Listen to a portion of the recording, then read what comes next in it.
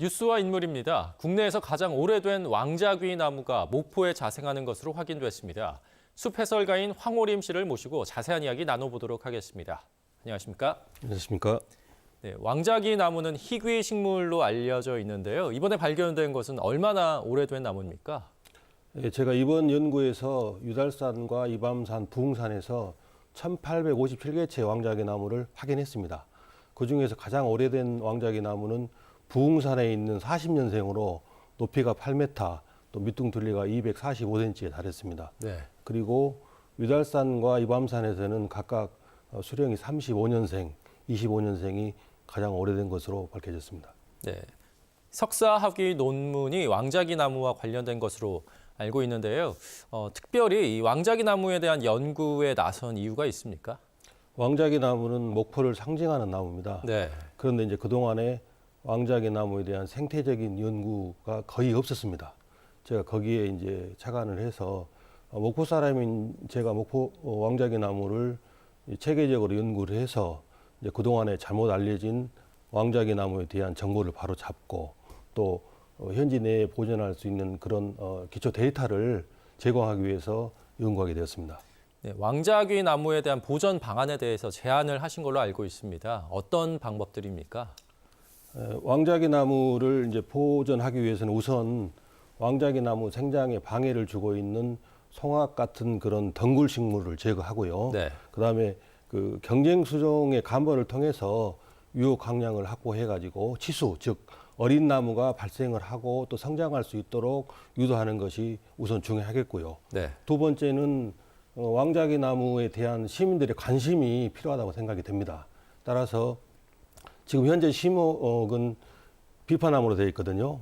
그래서 비파나무는 중국에 들어온 나무고 왕자귀 나무가 목포를 상징하는 나무이기 때문에 심목으로 정하고 또 왕자귀 나무를 지역 보호수로 정해서 근본적으로 보호할 필요성이 있다라고 생각이 듭니다. 네. 왕자귀 나무 외에 또 목포에서만 자생하는 그런 다른 식물들이 존재합니까? 그렇죠. 왕자귀 나무는 목포를 상징하는 나무라고 할 수가 있겠고요. 목포의 풀은 바로 지네발란입니다. 네. 네. 지네발란은 그 지네가 그 바위를 이렇게 걸어가는, 기어가는 그런 모습이다 해서 지네발란이라고 불리는 착색난초의 일종인데요. 네. 멸종위 2급으로 지정이 돼서 법적 보호를 받고 있습니다. 유달산은 우리나라 지네발란의 최대 자생지라고 할 수가 있겠고요.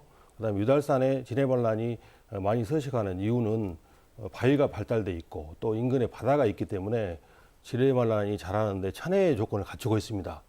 앞으로 우리가 시민들께서 지네발란 보존에 신경을 많이 써야 될 것으로 생각이 됩니다. 네. 전국의 산을 많이 돌아다니셨을 것 같은데요. 특별한 에피소드나 기억에 남는 일이 있으십니까? 제가 그 처음 식물 공부를 할 때 저희 마을 뒷산에 있는 동식물에 대한 전수조사를 했었거든요. 네. 그런 과정에 잠깐 올라와야 되겠다는 생각으로 숲에 들어가면 깜빡 잊고 그 약속 시간을 잊어버리는 그런 황당한 경우가 있었습니다. 네. 그래서 그 비록 짧은 시간이지만 사람들이 몰입하는 그런 즐거움을 긍정 심리학에서는 플로우라고 그러거든요. 네. 숲이야말로 제가 그런 플로우를 느끼는 장소가 아닌가 그런 생각이 듭니다. 네, 숲 해설가로 활동하고 계신데요. 이 숲에 대한 남다른 호기심이나 열정들은 언제부터 시작이 된 겁니까?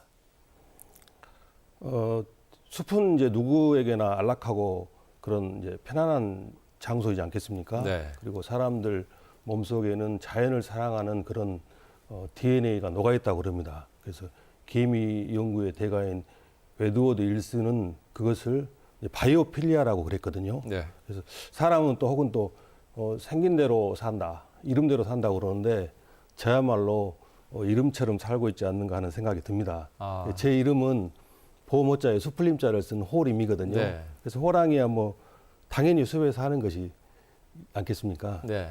그리고 이제 저는 숲에 있을 때 가장 행복하고 또 숲을 구성하는 그 온갖 동식물이 제 친구라고 생각하기 때문에 또 그것들을 알고 이해하는데 많은 시간을 보내고 노력을 했던 것 같습니다. 네, 숲 해설가뿐만 아니라 들꽃교실 강의까지 맡고 계신 걸로 알고 있는데요. 앞으로 활동 계획이 있다면 마지막으로 한 말씀 해주시죠. 근본 연구에서 저는 이제 왕자기 나무의 분포 특성과 현황을 밝혀내고 또 왕자기 나무의 이제 미래를 예측했습니다. 이제 기왕 왕자기 나무에 대한 연구를 시작했으니까 왕자기 나무가 왜 우리 지역에만 자라고 있는지 후속 연구를 해보고 싶습니다. 그리고 우리 목포의 훌륭한 유전 자원인 왕자기 나무를 심목으로 정하고 또 이것을 관광 자원화할 수 있는 그런 연구를 하고 싶습니다. 조금 더 욕심을 부린다면 네. 제가 이제 활동 분야를 최근에 공부한 그런 산림 치유 분야로 좀 확대해보고 싶은 그런 마음도 있습니다. 네. 지금까지 숲 해설가 황호림 씨와 함께했습니다. 오늘 고맙습니다. 감사합니다.